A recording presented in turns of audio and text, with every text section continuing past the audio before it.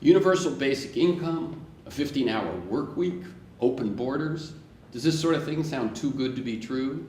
Ideals from the past that seem out of step in the present angry populist moment? Perhaps too utopian? Well, the young Dutchman I'm about to interview doesn't think so. Well, not exactly. In his latest book, Utopia for Realists, Rutger Bregman points out that every progressive milestone, from the end of slavery to the beginning of democracy, was once considered a utopian fantasy. And he believes that being unrealistic and unreasonable can in fact make the impossible inevitable. Besides, he makes clear, it's the only way to build the ideal world. Rutger Bregman has published 4 books on history, philosophy, and economics. The Dutch edition of Utopia for Realists became a national bestseller and sparked a basic income movement that soon made international headlines. He's twice been nominated for the prestigious European Press Prize for his journalism work at the Correspondent. He's been featured in the Washington Post, the Guardian, and on the BBC. Rutger, nice to meet you. Thanks for having me. Now, I like folks to get a feel for the people behind the work and the ideas that we're going to talk about. So can you talk a bit about your path to the work that you do today? Mentors, turning points, moments of decision, anything like that? Sure. So I studied history at Utrecht University, which Utrecht is a little bit to the south of Amsterdam. And I always had the dream of, doing a PhD and become a professor, write a lot of books, etc. That was my vision of the perfect life. But then I was doing my master's, and I discovered that a PhD meant spending 4 years of my life, while I was full of energy, on some kind of completely uninteresting subject that I didn't care about anything at all. So I decided to go into journalism. And I worked for 1 year at a major Dutch newspaper. And I discovered that the news is not great as well.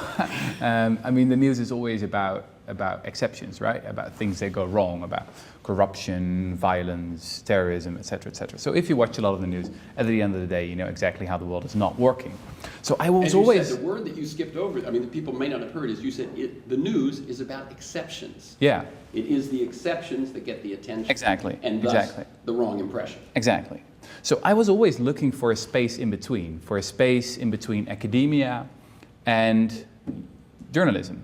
And then, a Dutch writer and journalist was just fired at he was the editor-in-chief of another Dutch newspaper. And he was fired because he wanted to stop doing the news as well. And then he wanted to start a new publication, which is called The Correspondent. They basically gave me a basic income to write about whatever I wanted. And here we are. How many years ago? Sorry? How many years ago? That was in 2013. Okay. Yeah. Okay. So how did this book, Utopia for Realists, happen? Just to set the whole thing up. And what do you hope to accomplish? Well, I was born in 1988. So that was 1 year before the fall of the Berlin Wall. And people of my generation were basically told that history had ended, right? That all that was left was worrying about, a little bit of economic growth, maybe the environment, the next iPhone, but that's it. It's just obviously everyone knows this famous essay that was written by Francis Fukuyama, The End of History and the Last Man. And people from the left to the right believed that there was no need for utopian visions anymore. There was no need to move beyond the apolitical technocracy that we had. And I always had the nagging sense that we had lost something. I always had that idea. Now, when the financial crash hit us in 2008 and the Arab Spring started, that was the time when I started really following the news, reading books, writing, etc. So this was the time that I sort of intellectually came of age. And when I put on the television, I only saw economists talking about all the big challenges that we faced. And I had the idea, what are they doing there? I just studied history, and I thought, well, if there's one thing that we can learn from history, it is that things don't have to be this way, that they can be different. That's, for me, it's like the big lesson that history teaches us.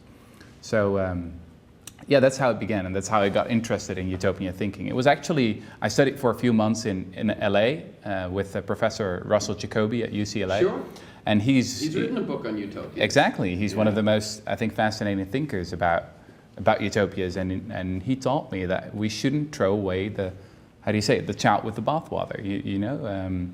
There are a lot of crazy utopian blueprints in the past that turn out to be disastrous. But there's also another kind of utopian thinking, you know? As you said, every milestone of civilization, the end of slavery, democracy, equal rights for men and women, it was all a utopian fantasy once. So I start the book with this great quote from Oscar Wilde, who said that progress is the realization of utopias. The realization of utopia. Yeah. You recently, I want to let people get a window into this. You recently did a TED Talk last week, right?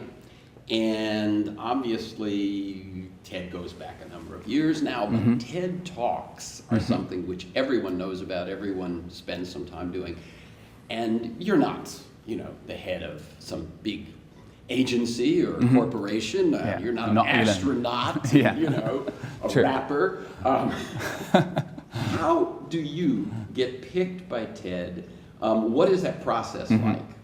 Well, Chris Anderson, the head of TED, I think he just read my book and he was interested in universal basic income, which is one of the most important ideas in the book.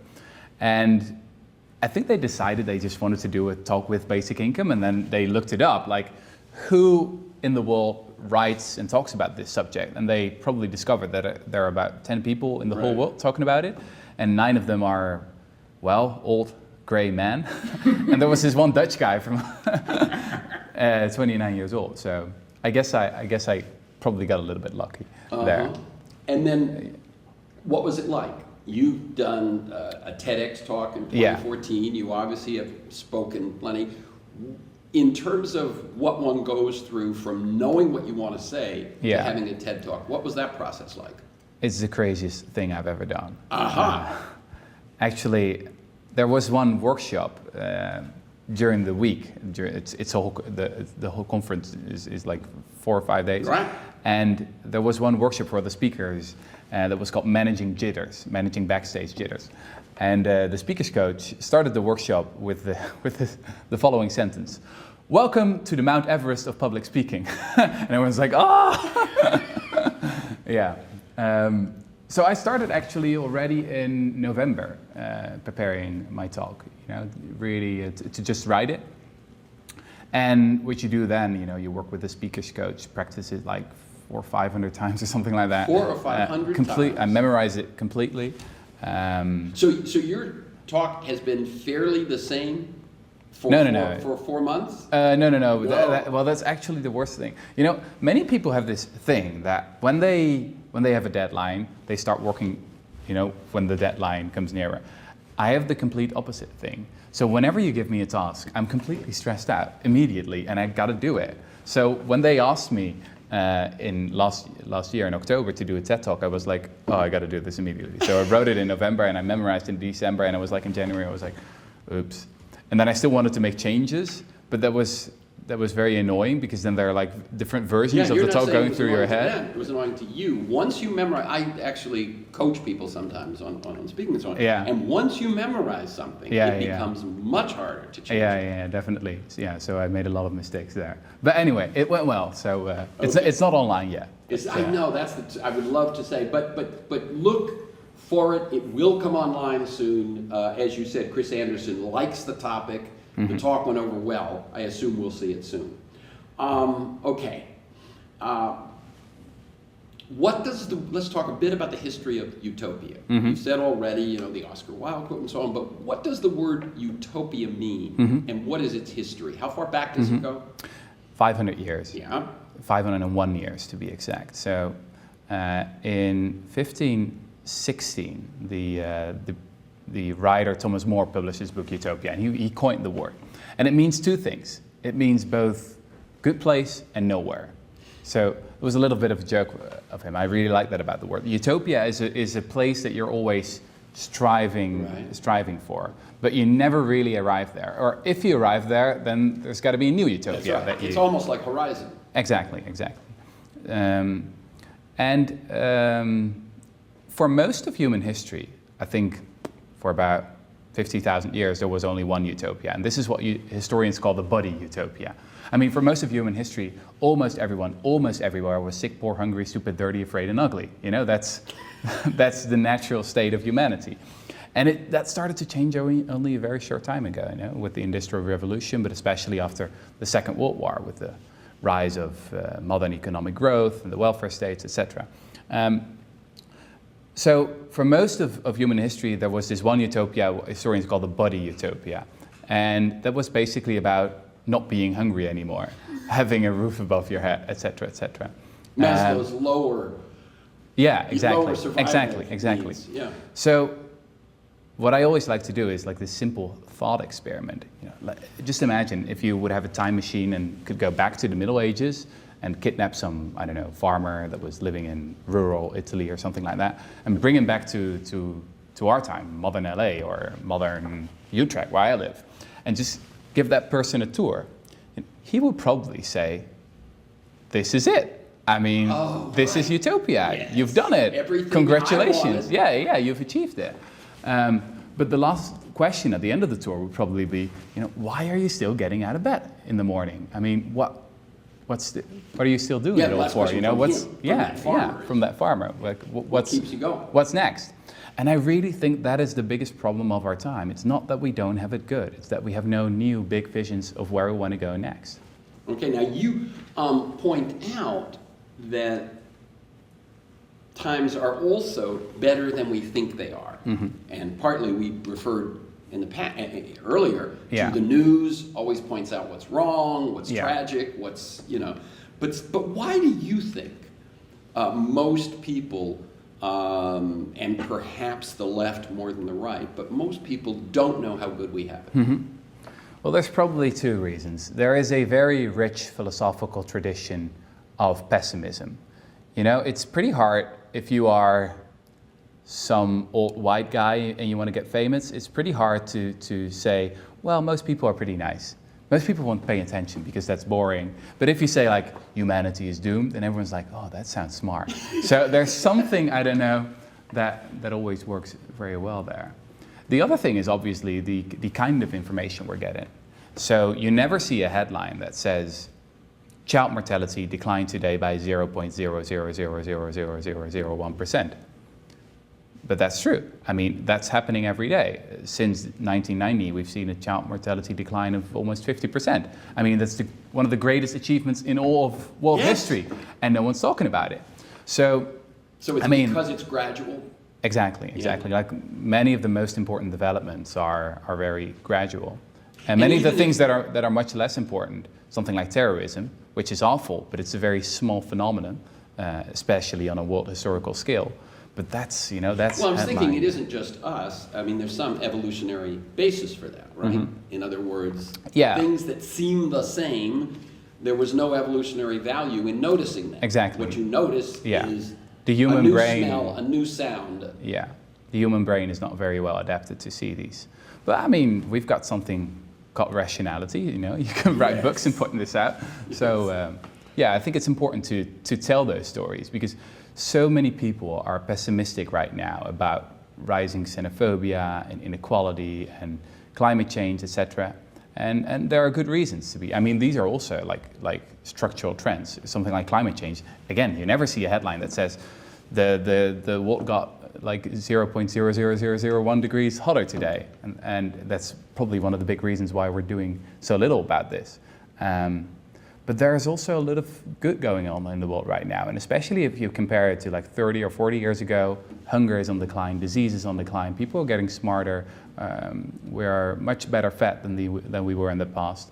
So there's a lot to be optimistic about as well. I'm not even sure whether this is optimistic, but the statistic that I went, oh my God, was that of the 7 billion, we're at 7 billion at this point, of the 7 billion people on the earth, how many have cell phones? What is it, about 4 or 5 billion? Actually more than have access to a toilet. That's right, more than have access to a toilet. I think you said 4.5 billion. And I mean, that... It's pretty incredible, isn't yes, it? Yeah. Yes, people that Like don't 30 have- years ago, none of us had one, Right. and now... And now in Africa, Yeah. in, you know, in Yeah. places that we think of, where the income is only $2 a day or something, Yeah. they have a cell Yeah. phone, and they conduct their banking on it, and they, Yeah. you know... And this goes hand in hand with the cash transfer revolution that I talk about in the book as well. Like many governments and NGOs are experimenting with giving people just directly cash, you know? Poverty is a lack of... Right. It's not a lack of We character. will certainly Anyway, get and to that it's the technology that makes this possible now. Exactly. Yeah. Exactly. That makes this scheme, this idea, Exactly. more possible. It would have than been it much used more to be. difficult Yeah. 30 years ago. Yeah, even if you can get over the rational humps and the political humps Yeah. and the economic humps, the Yeah. technology makes it much easier now. You also say of the left, you say that the left only knows what it's against. Yeah. I'm going to read your quote: against austerity, against the establishment, against homophobia, against racism. I'm not saying I'm not against those things, but I think you got to be for something. Yeah. And so I want to answer that, but I'm going to read you a quote that I found around the first of this year that's my favorite quote of this year, and it's by Antoine Saint-Exupéry. Okay? They wrote The Little Prince. Oh, yeah. If you want to build a ship, don't drum up the men to gather wood, divide the work, and give orders. Instead, teach them to yearn for the vast and endless sea. This notion that people need Yeah. a vision Exactly. that will call them. And my question, and one of my questions for the year, is how do we do that in 2017? How do we create a compelling narrative that can drive Americans to yearn for a future that they can imagine is better than that past they seem to want to go back to when they vote to make America great again? Yeah. Well, you could compare it to a... if you are traveling and you want to go up a mountain, right? You've arrived at the top of it, which basically we have from a historical perspective. You can do two things. You can look up and look to the next mountain you want to climb, or you can look down and be very afraid because it's a long way down to fall. And basically what has happened in the US, but around the globe, is that, I mean, the utopia of the far right is about the past, you know, about a past that actually never existed. But it's about longing for something that was supposed to be there. So how do we counter that? I think not just by saying, well, I'm against that, resistance, etc. That's important, sure. But you also got to know where you are for. I mean, Martin Luther King did not say, I have a nightmare. He had a dream, right? So I really think that's important to start a movement. And what's interesting is that actually every utopia always starts in the present with things that are just plain wrong right now. So for example, universal basic income starts with a very simple idea. Well, it is wrong that so many people in such an incredibly rich country are living in poverty nowadays. I mean, just walking around here in LA, it really strikes me how many homeless people there are on the streets. What an incredible waste of human potential. I mean, these are all people that could be entrepreneurs or scientists or writers or whatever, and you're letting all that human talent go to waste. That's crazy.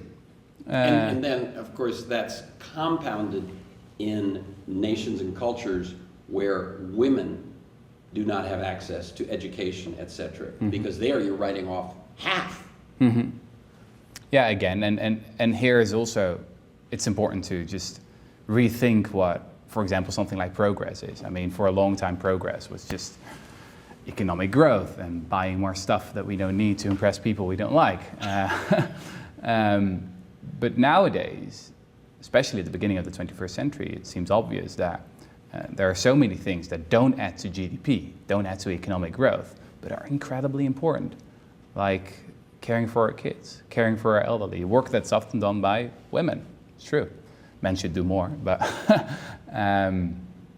yeah, I think it's really important to rethink all those concepts. What is work, what is wealth? But it actually, every utopia is grounded in the present. It's not just some floating dream. Right. It starts with what is wrong right now. Yeah, and just so people, because my guess is some folks know the term but may not know exactly why it's not an effective gauge of where we are or where we're going. What's wrong with GDP? Gross domestic product. Well, what is not wrong? It's actually interesting that the inventor of GDP was a Russian-American economist called Simon Kuznets. And when he presented his concept of GDP to Congress in the 1930s, he said one thing. He said, don't ever use this as a measure of progress. Don't do it. and if you do, then at least subtract all military spending, all spending on advertising, and the whole financial sector, because that doesn't add anything of value he said to. that then. Yeah, he said that. So that was the inventor of GDP. So I mean, that's the thing. There is so many work being done right now that it's being paid incredibly well, but it doesn't add anything to this country. So just for people who don't know, the GDP is the sum of all the products and services that are being sold right. in a certain country. Right, and so just to make clear, that means that an automobile accident, good for the GDP. A divorce, good for the GDP. Yeah. Lawyers, plus now you need 2 houses. Yeah. War, natural disasters. It's great. Enormous it's so great. benefits to the Yeah. GDP. Yeah. So this just or get even people clear. Yeah, or think about flash trading or something like that on Wall Street. It is completely useless, socially useless. Very smart people are using their great brains to earn a lot of money, basically ripping other people off. That's what flash trading is. Paul Volcker, the former head of the Fed, said that the last important financial innovation was the ATM. Yeah, I know. Not the derivative credit swap. But that's incredible right now. There's a lot of studies that show that since the 1980s, a huge amount of Ivy League graduates that used to go and work for universities, research organizations, the government, or whatever, they're now all working at Wall Street, finance, or Silicon Valley for ad companies like Facebook and Google. There's this great quote from a math whiz working at Facebook who lamented a few years ago, "The best minds of my generation are thinking about how to make people click ads." Yeah. Now that's sad, isn't it? So if you look at GDP, you might think that these people are contributing a lot of value. But if you look at the actual content of their work, they're not. And often they're actually destroying value. And that is one of the biggest taboos of our time, I think. There was a recent poll in the UK that found that 37% of British workers have a job that they think doesn't need to exist, what we call a bullshit job. Now, that's almost 2 out of 5. Yeah, it's huge. Yeah. Actually, when I tell this to people, like 37%, many people respond, 37%? I don't believe that. It must be more. Oh! Yeah. But I mean, there are so many. This is, I think, also really an issue for people of my generation who have excellent resumes, who went to great schools and now are thinking about what to do with my life. And they can earn great salaries with a lot of great benefits doing complete crap, doing something that doesn't add anything at all. So this whole world is upside down. I went to Harvard and they sort of keep track of exactly what you're talking about. Mm-hmm. And finance was a small percentage when I graduated. Now it is, I think, over 20%. 1 out of 5 graduates is going into finance.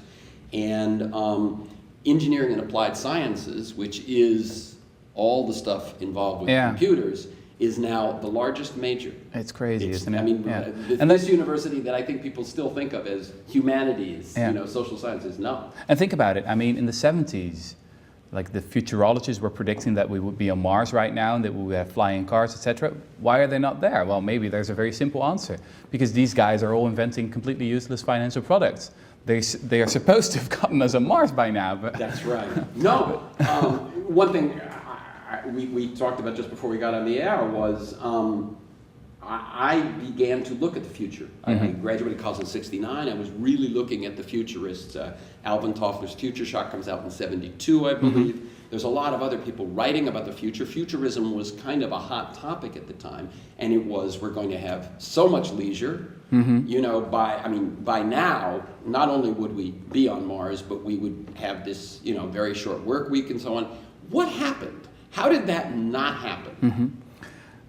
Well, there are basically 2 answers. So the first answer is we already talked about, and that's consumerism. We keep buying stuff we don't need.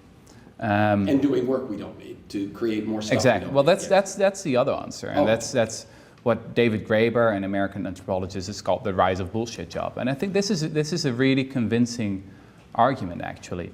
There's there's just one thing that's going on all the time. We continuously underestimate capitalism's extraordinary ability to come up with new bullshit jobs. So, I mean, there are a lot of people in Silicon Valley talking about, the age of mass unemployment that is upon us, etc. Yeah, that conversation is happening exactly, again now. Exactly. Yeah. But you can just go back and read the newspapers from the 1930s or the 1950s, and exactly the same things were being said back then. If you were a tech journalist right now, you don't have to write new pieces. You just go back to the 1950s, copy paste, publish it again. It's exactly the same thing that was being said back then. So. It's not that the technology isn't there. I mean, we're richer than ever. We don't need all these jobs. But if we have this ideology that is completely obsessed with work, that you have to work for your money, then sure, this can go on for decades. Now it's 30, 40% of all people in a bullshit job, might become 50, might be 80. Maybe at some point, 100% of all jobs are a bullshit, and we all pretend that we are somehow doing useful stuff, but deep down we all know that it's the robots will be doing bullshit jobs as well. Yeah, but that's fascinating. Yeah, the automation of bullshit jobs that was happening at Wall Street right now.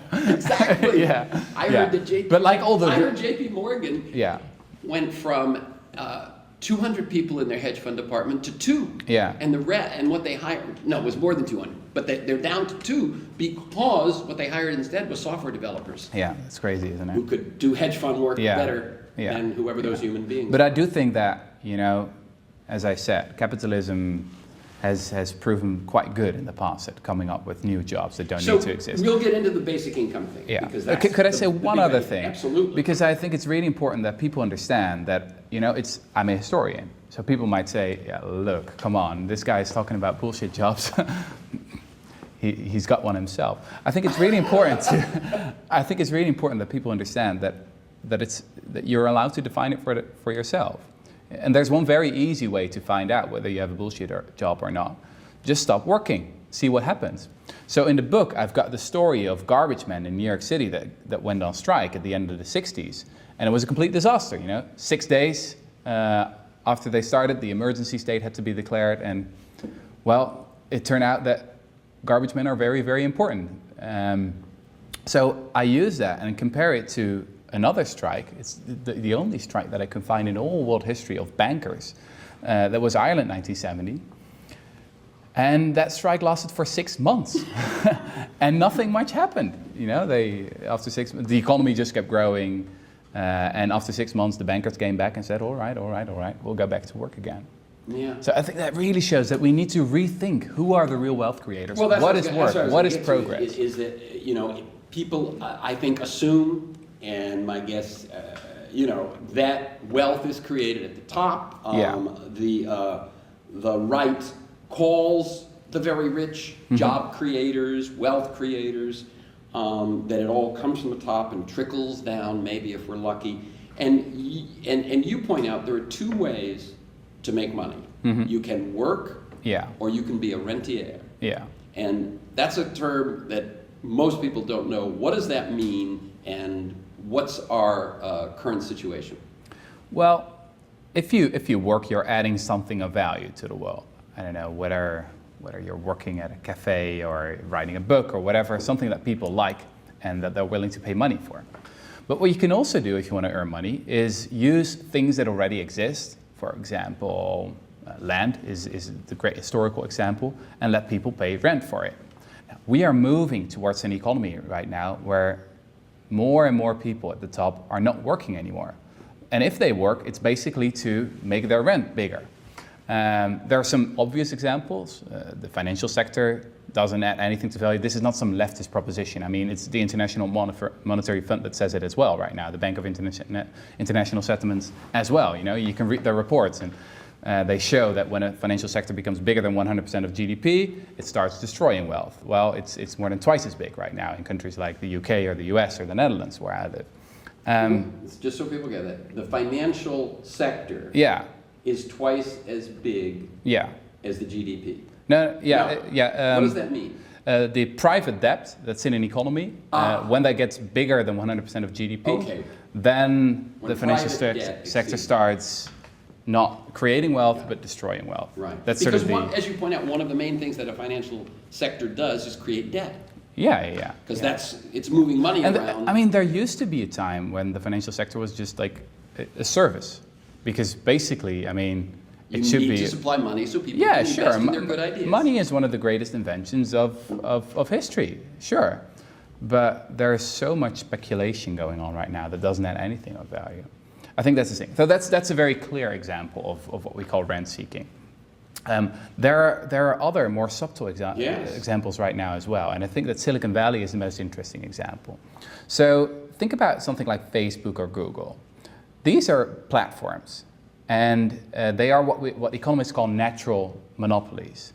So everyone is on Facebook because everyone is on Facebook because everyone is on Facebook, right? That is why we are on Facebook. So it's very hard to compete with Facebook. And this means that Facebook can collect rent on all the content that we are posting for free. And they can, they've got like, Google and Facebook together have like 70 or 80% of all online ad revenue. So they earn a lot of money with that. Now, what's even more interesting is that many people, when they think about innovation nowadays, they think about, all these garages, and they think about, the Steve Jobs and the Elon Musk guys, and the venture capitalists. They don't think about government a lot, right? What's actually interesting is that if you look at something, have I got it here? Yeah. If you look at something like the iPhone, every sliver of fundamental technology that's in the iPhone that makes it a smartphone instead of a stupid phone, voice recognition system, mobile technology, the internet, the battery, touch screen, you name it. Every single piece of fundamental technology that's in there was invented by researchers on the government payroll that were paid either by the American military or with big European grants. Now the thing is, so the real venture capitalist is government, has been for like the past 100 years or something like that. Almost every fundamental breakthrough is funded that way because venture capitalists, they want to make money in 5 years, and then you can't do like real innovation. That's right, and so people get that is that if you have a short-term payback horizon, you are going to tinker, but you're not going to do basic revolutionary. Well, innovation is very simple. You just got to give like a lot of smart people a lot of money and then leave them alone. And like 99 out of 100 will come up with nothing, and one will come up with something really brilliant. Well, and that's not what companies do. Right. They want to make money. What you just said about Silicon Valley applies absolutely to the pharmaceutical industry. Absolutely, even more there, So private labs, robbery, and more dependent on government innovation. Exactly. Almost no breakthroughs in private labs. Almost every like real breakthrough in the medical industry comes from publicly funded labs. Now what's interesting is that these companies are basically surfing the waves that were being created by government. And what they do is they put a brand on it and an image around it, and Apple is a great design company, sure, and that's what we need them for. I'm not saying I'm against Apple, I love my iPhone. The thing is, what I think that you should do is at least pay tax. so that we could use, the money you earn with your great products to fund the new revolution. Exactly. With your design and your marketing, now you, by paying taxes, actually fund the next generation of innovation. Exactly. That's how it should be. You know what's fascinating? You probably know Moore's law, right? Oh yeah. The idea that it's actually been happening since what is it, the 50s, that every 18 months or so chips get twice as fast, and it's an exponential law. Computational possibility doubles. So this was written about by Gordon Moore, a technician who predicted already in the 60s that this would make self-driving cars a possibility, mobile technology, etc., etc. Now, did you know that actually Moore's law is basically being, operated right now by a Dutch company from socialist Holland, because there's a Dutch company called ASML that was founded at the end of the 80s, and it was heavily subsidized back then, and that made it successful. And nowadays it got 80% of the world market in the machines that make these chips. So when you think about Moore's law, for them it's not a prediction, it's their schedule. It's they know they got to be twice as fast next year. It's pretty fascinating if you look like all these things that futurologists and people in Silicon Valley are talking about right now. If you delve really deep, time and time again, you'll find some socialist government bureaucrat funding it all. Mm-hmm. And they know that. Well, they know that. Yeah. Sometimes they know, but they won't say it out loud. I think the branding and marketing of the specific products and specific companies pales in comparison to the branding and marketing of them as the innovators and government as the wasters. It's a phenomenal job that's been done. It's definitely. And I mean, I'm not saying that bureaucrats should decide where we should go. I mean, I think these are great examples of what I call anarchist government. So what the government is basically doing, it's giving a lot of money to very smart people and then getting out of the way. That's what, and in the US, you've found such a perfect solution for this. You know, you just call it military spending. And then people don't ask questions anymore. That's like the perfect solution. And as we know, DARPA, which is Defense Department, exactly, funded the internet, and the Defense Department funded the interstate highway system. Mm-hmm. Every freeway, the national highway system, was a defense. Yeah. And this is the reason why there are so many more breakthrough companies in the US than in Europe. Because of the bigger defense budget? Yeah, because of bigger government spending. It's very ironical when you think about it, right? Yeah, we still remain. Yeah, you've got big government. Innovators. We should have it as well. Wow, but you have more taxes. How come you don't have as good government? I mean, it's big government. Well, we spend it on the poor, probably. That's right. That's right. So let's shift a little bit to talking about the other side of the equation, poverty. Mm-hmm. Okay, we've been talking about the financial sector, the renter barons, if you will. You point out that an awful lot of people believe poverty is a personality defect. Talk about, and you admit to having kind of assumed that yourself. Yeah. Well, there's a quote from Margaret Thatcher, the British Prime Minister, who once said that poverty is a personality defect. Now, probably most of us wouldn't say it like that. But good old Margaret Thatcher. But I mean, many of us assume that there's something wrong with the poor. If we could only teach them how to live their lives, you know, if we could change them, if they would only listen. That is often an assumption that many of us have, from the left to the right. And what I've been fascinated about is that just 4 years ago, I stumbled upon new research by some American psychologists who basically proved that poverty is not a lack of character. It's just a lack of cash. And it's very easy to cure a lack of cash. The cure is called cash. And so that's when I started writing this book, is that I started looking at all these experiments that have been done in all world history, from Canada in the 1970s to North Carolina in the 1990s and India just a few years ago, where researchers just decided not to give courses, or not like, if a man has give him a fish and he'll eat for one day, teach him how to fish, or what? No. Maybe he doesn't like fish. Don't teach him how to fish. Maybe just give him cash, because the great thing about money is that you can use it to buy things you need instead of things that self-appointed experts think you need. Right. So of course, one of the first responses to the sentence you just said is that, and it probably is a sentence that goes through their head when they walk past someone who's panhandling, which is that if you give poor people money, you just give them cash, they will spend it on the wrong things. And it's your idea of what the wrong things is, but what's been the research, the actual evidence? Yeah.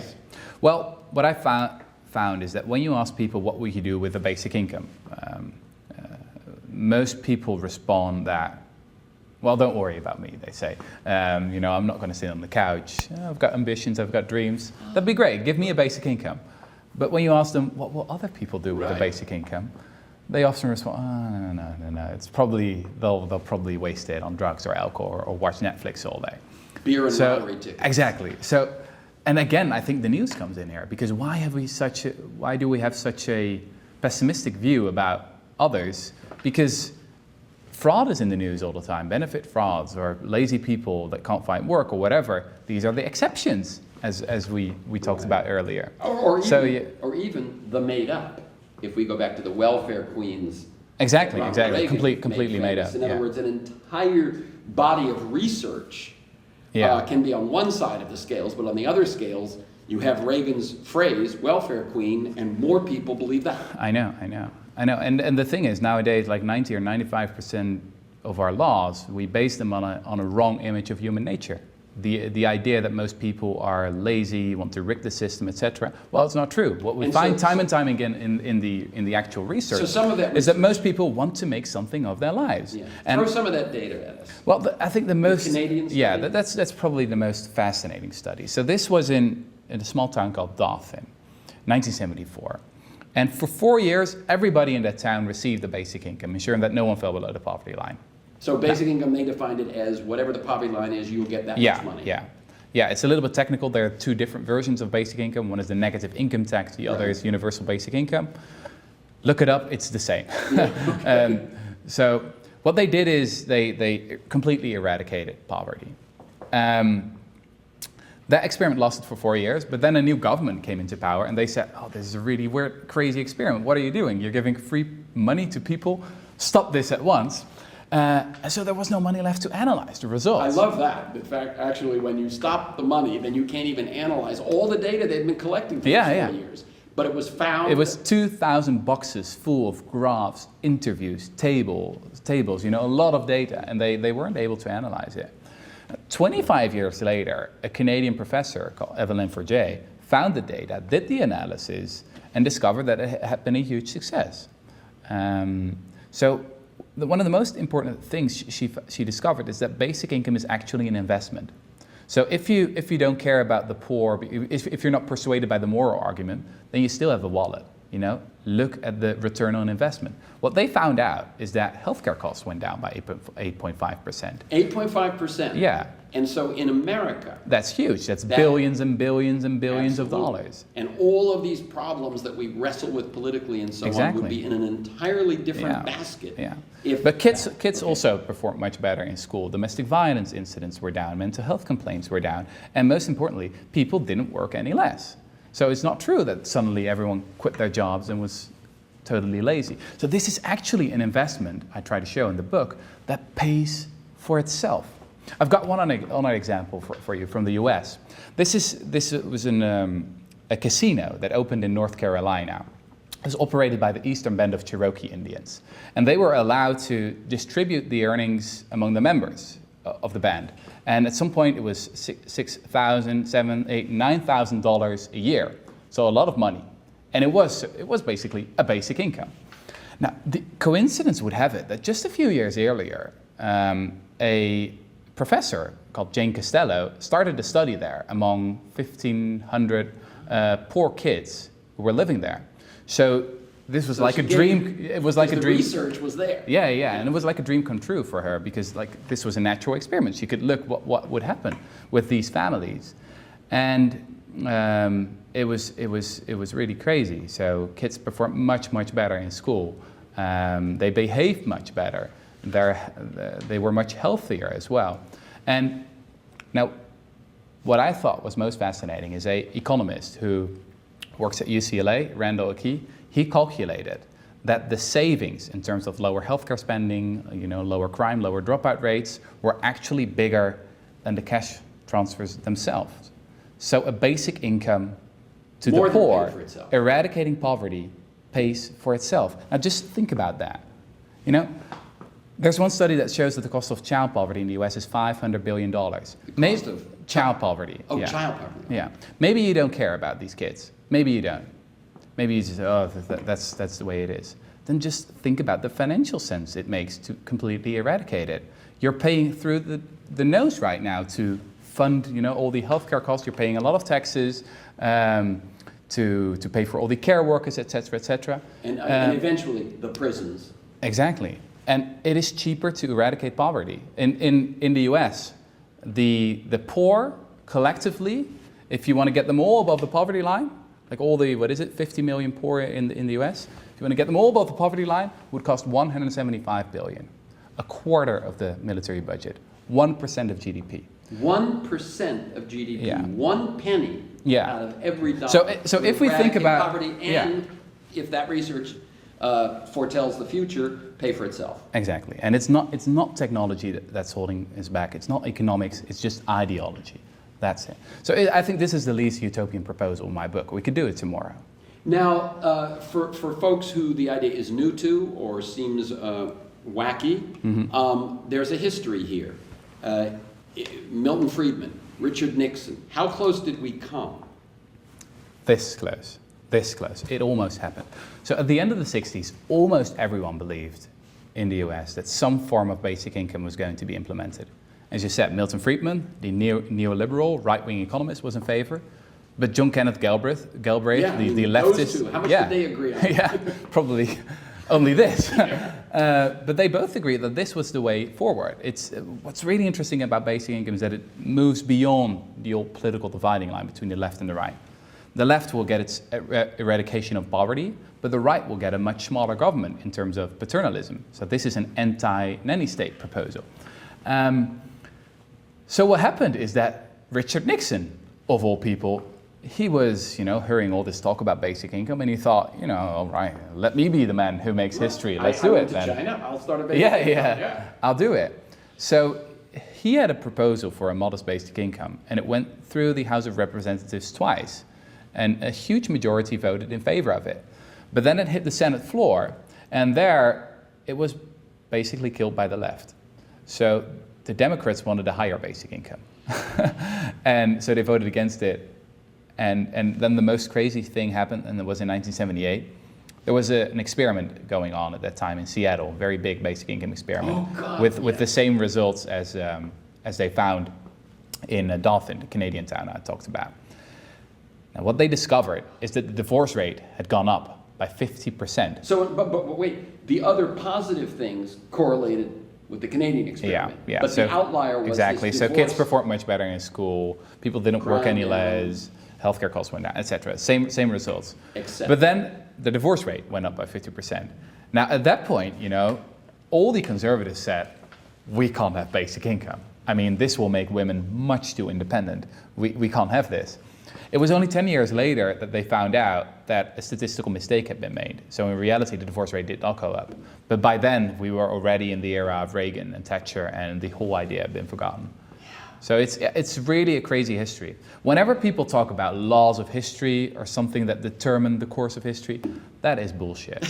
I mean, history is full of crazy coincidences. And I think that just shows you, it can also make, in this case, makes you a little bit pessimistic, but it shows you, it can also make you a little bit optimistic. But small changes can make a big difference. Well, it actually almost happened. I think this last minute here, Friedman, Nixon, the error, the research error in Seattle, I think they make it much more likely, because I'm sure, I would assume you agree, stories, narratives drive people. They shift. Yeah. I mean, that's why I point out welfare queen outweighs all sorts of evidence, because people hear welfare queen, they get a story. Yeah. They know who they're talking about. They can picture. And I think when we say, we were this close, and if that had, I think it makes it more possible, more real, not as utopian. True. But it's also important to use a different kind of language to talk about these proposals. So I think what the left often does wrong is that it talks about poverty or something like, oh, these are these poor people, we need to help them, we should pity them, we need to be the Good Samaritan. Well, guess what? Most people hate the Good Samaritan. They think he's an arrogant prick. So what I think you should do is use the language that is now associated with the right, the language of progress, of innovation, of efficiency, of investment, of venture capital, etc., and use it to defend progressive ideals. So basic income is an investment. It's venture capital for the people. For the first time in history, we can now afford to give everyone the means to decide for themselves what to do with their lives, to be creative. Capitalism is all about the ability to take risks, right? Well, there are a lot of people right now in the US who can't afford to take risks. And that's one of the reasons why we don't have enough innovation going on right now, why not enough new companies are being started. Yeah, those people that we have consigned off of the innovation playground. Exactly. They're pushed to the side. It's As a you huge... say, 99 of them may not. Yeah. But innovation for a society depends on those few exceptional Exactly. moments. And let me expand a little bit on that. Yeah. Because what was really a breakthrough insight for me was the research I talked about earlier by a few American psychologists who discovered that it started actually with an experiment in India. So It was an experiment with sugarcane farmers. And these farmers collect about 60% of their annual income all at once, which means Right. they're relatively poor one part of the year and rich the other. The researchers gave them an IQ test before and after the harvest.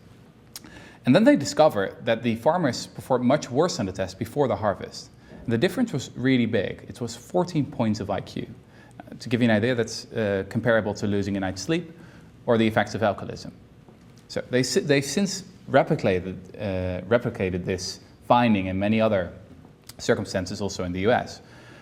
And so they found that poverty actually, the context of poverty makes you stupid. Right, Or a and little what you're bit. pointing out there is people who are not even permanently Exactly. And But while they're poor, So- they're not as smart as when they're not poor. Yeah. So anyone would make dumb decisions if they would live in the same context. You could compare it a little bit to being very busy or being hungry. You know, it's the scarcity mindset. Your focus narrows to the short term. Again, this goes back to evolution. Yeah. Yeah. Yeah. In other words, that person is in some sense a different animal Exactly. when Yeah. they are afraid and hungry and all the pressures of their family are weighing on them. Exactly. To when they're not. Yeah. So what happens if you get people out of poverty? You know, you get like a huge explosion of ambition, intelligence. Like the gross domestic IQ goes up in your country. I mean, one of the things we see in America, I believe, is that this of course runs counter to the Trump story, but is that one of the reasons we're also so good at innovation, besides our large defense budget, is immigrants. And that immigrants, many of them, start at the bottom. But there's a certain something going on that once their poverty gets taken care of, then there are huge innovators, whether it's just starting new businesses or, you know. Exactly, yeah. Because, what I'm saying is that in their lifetimes, they go through this transition you're talking about. From poverty to baseline. I do think, though, there's a huge amount of evidence that shows that you first have to get people out of poverty. We've got a mountain of evidence that so many of these anti-poverty programs don't work. The best examples are investments in education. Doesn't work. Really doesn't work for the poor. There's one huge study, it was actually a meta-study of 201 studies on the effectiveness of money management training. Right. So basically other people teaching how to manage your money. And literacy. Yeah, and they discovered that it has no effect at all. Now, Elder Shafir, the professor I talked to about this research, he had a great line about that. He said, if you teach someone to swim, but then throw him in a stormy ocean, still going to drown, it's not enough. Right. Sure, he or she might have financial literacy, but keep them in poverty. Yeah. It's that literacy it's not going to help. Yeah. It isn't going to help. So we've got a few minutes left. Talk a little bit about the mechanics of what would universal basic income look like, and what might the steps be? And start out with the answer to the question, why universal? Well, I think that the most likely way forward, especially in the US, would be with an expansion of the earned income tax credit and to make it unconditional. So now you need to have a job for the earned income tax credit, then make it unconditional. And this is what we call a negative income tax.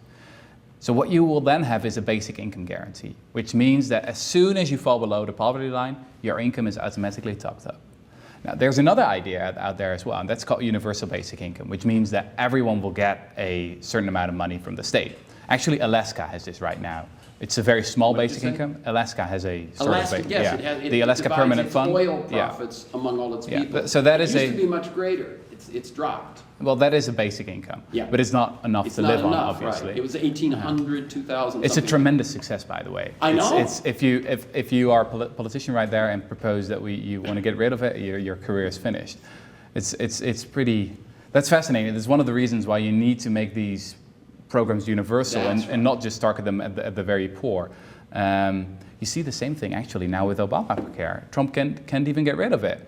Right. Because it's a pretty big program. There are a lot of people benefiting from it. And let me just emphasize this thing that you're saying about universal versus, if people think that something is a poverty program, then they have a very different idea about it, because even if they're in poverty, they think tomorrow they won't be. Yeah. A lot of them. But if it's universal, like Social Security, like Medicare, then that whole way of approaching it goes out the window. Exactly. And so the first step would really be to target the assistance not only at the what we call deserving poor, but at everyone, at all the poor, also the working poor, the lower middle class, to top their incomes up. I think that's the important thing, and that removes the stigma. I think that there's actually someone doing a PhD on the experiment that happened in Canada in 1974, and what he found out is that one of the most fascinating things was how people perceived this assistance. They didn't see it as a favor, but they saw it as a sensible thing, as a right, basically.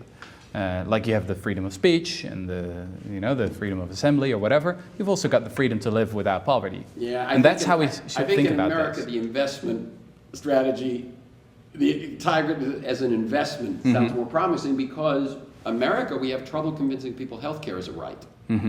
So basic income would seem to me to be one step further than that. Am I wrong? Yeah. Well, let me just say that as soon as you've implemented it, it's going to be really difficult for others to get rid of it. Absolutely. It's the same with universal healthcare in Europe. I mean, if you propose just cutting the budget a little bit, you're finished. Yeah. It's incredibly popular. That's the funny thing with all these socialist policies, is that when they're not there, people hate them, but when they're there, they love it. No, this is what happened to the Republican states that accepted Medicaid. Yeah. Those are the ones that now, that have been peeled off and are no longer willing to vote. They're being called moderates because they accepted Medicaid.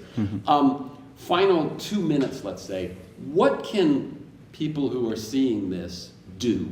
If they could pick up Utopia for Realists, they could go to your website and learn more about it. What can people do to make it more likely that this happens? Well, look, I'm a pretty old-fashioned historian in the sense that I believe in the power of ideas.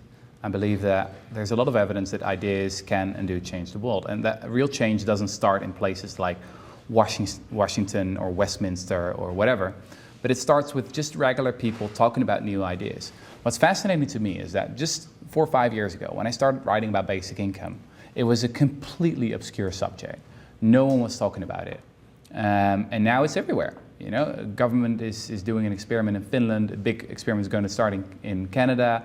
Silicon Valley is interested in it. Lots of examples. And again, it just started with normal people, not with like the big media in New York or Washington or whatever. It just started with obscure blogs and people talking about it.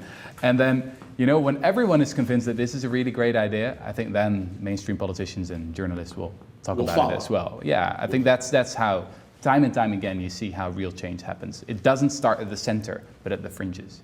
Yeah, and this notion that this is a possibility. I think all the talk right now about either it's those left behind in the Rust Belt or the coming robot takeover of most of our jobs is what creates I think the welcome environment for this. Yeah. Any last words? Well, it was great to be here. You actually read the book. It was a great conversation. Absolutely. Thank you, Rutger. Thanks. And let's hope in 5 years we have a different conversation. Let's see.